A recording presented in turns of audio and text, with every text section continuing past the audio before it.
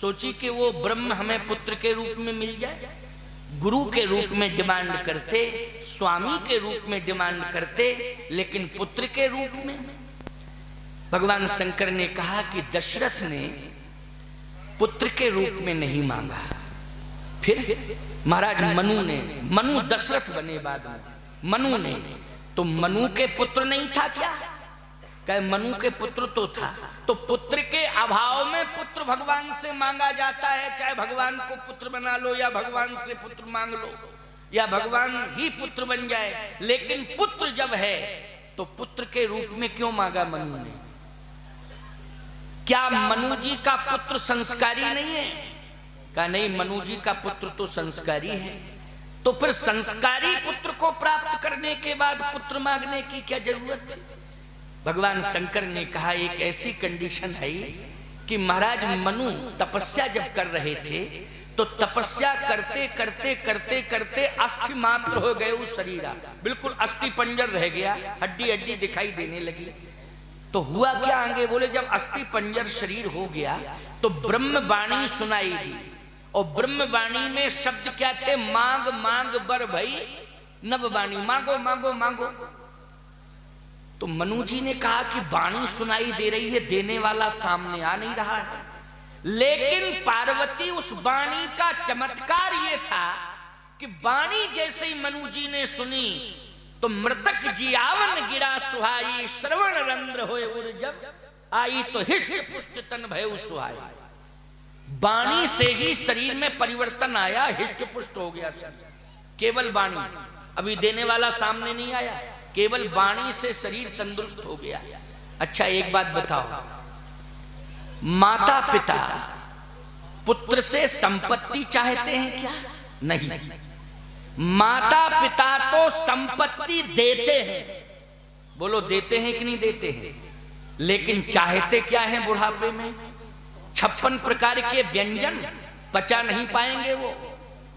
संपत्ति, अरे संपत्ति की क्या जरूरत है? पुत्र ही सबसे बड़ी संपत्ति है, संतान ही सबसे बड़ी संपत्ति है। क्या जरूरत है बुढ़ापे में संपत्ति की? फिर चाहते क्या है? 56 प्रकार के व्यंजन खिला करके माता पिता की तंदुरुस्ती बुढ़ापे में नहीं बढ़ाई जा सकती है। अनंत खजाना दे करके, संपत्ति दे करके माता पिता की तंदुरुस्ती नहीं बढ़ाई जा सकती है। संतान के द्वारा सुंदर शब्द व्यंजन यदि परोसने लग जाएं आप, संतान के द्वारा सुंदर शब्द व्यंजन यदि पाने को मिल जाए बुढ़ापे में माँ बाप के, तो मैं विश्वास के साथ कह रहा हूं कि माँ बाप की तंदुरुस्ती बढ़ जाएगी। बोलो बढ़ जाएगी कि नहीं बढ़ जाएगी? सुंदर प्रेम के शब्द व्यंजन परोसो, और जैसे ही सुंदर शब्द व्यंजन परोसोगे, प्रेम युक्त शब्द व्यंजन परोसोगे, तो मैं विश्वास के साथ कह रहा हूं कि माँ बाप की तंदुरुस्ती बढ़ जाएगी, माँ बाप प्रसन्न हो जाएंगे। आज सबसे ज्यादा अभाव सुंदर शब्दों का है। आज शब्द ही तो नहीं बोल पा रहा है आज का बेटा अपने माँ बाप से सुंदर।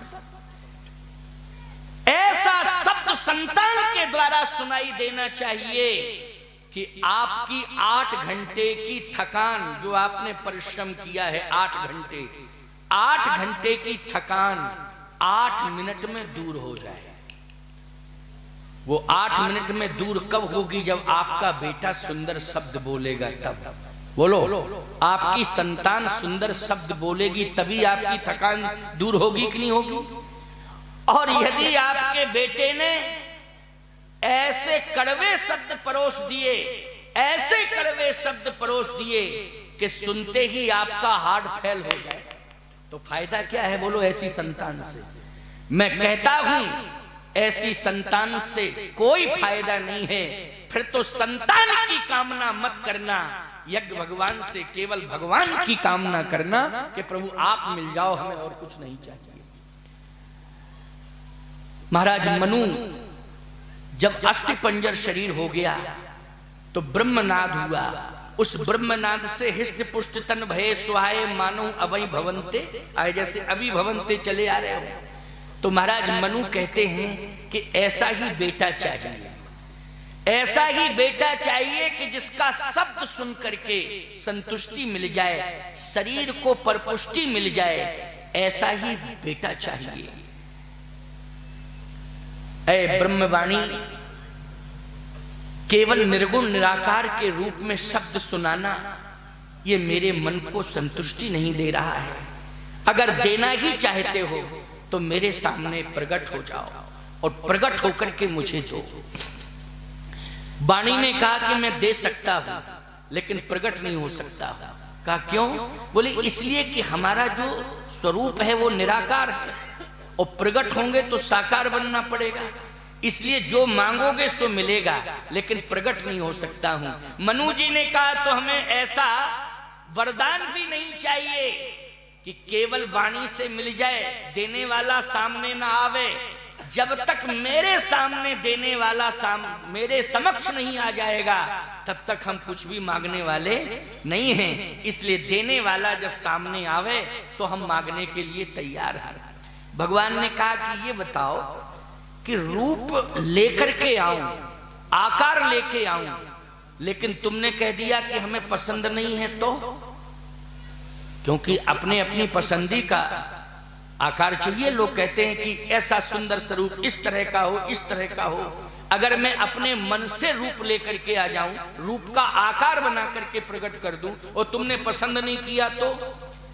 महाराज मनु कहते हैं कि मैं निवेदन कर रहा हूं, क्या कि आप ऐसा रूप लेके आए, ऐसा रूप का आकार लेके आए। कैसा? कै जो स्वरूप बस शिव मन माही, जो भगवान शिव के मन मानस में स्वरूप है वो स्वरूप। जो स्वरूप बस अरे शिव मन माही, और जहीं कारण मुनि जतन कराई। जो भुसुंडी मन मानस हंसा, अगुण सगुण जहि निगम प्रशंसा। देखई हम स्वरूप भरि लोचन, जो भगवान शिव के मन मानस में, जो भुसुंड जी को अति प्रिय है। अच्छा बोलो भाई, काग भुसुंड जी महाराज सबसे ज्यादा समय कहां देते हैं संसार में? बोले अयोध्या में देते हैं। अयोध्या में क्यों देते हैं? भगवान के रूप का दर्शन करना चाहते हैं। अच्छा सही बताओ, सगुण साकार रूप सबसे पहले भगवान का, राम का कहां प्रकट हुआ?